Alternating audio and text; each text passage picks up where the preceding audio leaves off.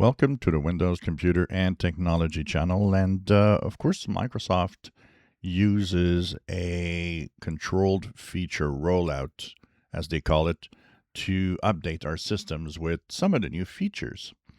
So, for example, that start menu, which has a new start menu, which I don't have, or I had, but I don't have it anymore since I rolled back, was a interesting thing because what happened is that a lot of people don't have the new features when they roll out, and some of you still don't have the start menu. And also, a lot of the new features don't show up yet on a lot of people's PCs. And this, Microsoft has acknowledged that it annoys some people, and that some people are just saying, look, I want the new features and I want to try them when they're ready to roll out. So, Microsoft says that one of the features that they're going to use and they're going to improve upon is that in the near future, when on Windows Update, you have that slider that says get the latest updates as soon as they're available, including the new features.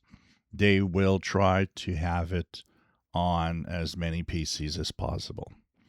Microsoft explained that control feature rollout is there for a reason, and it's because since it's a new feature, they want to take it easy to roll out, make sure it doesn't break anything.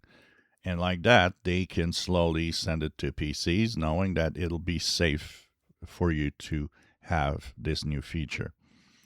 But acknowledging that for some people that's annoying, they will do some changes in the next months where they're going to try to make those that want it now have those features as fast as possible to, please people, make sure that they have it because they want it.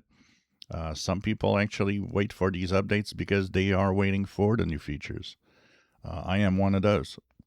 So there'll be apparently an improvement in the rollout of new features coming this year. If you enjoy my videos, please subscribe, give us thumbs up. Thank you for watching.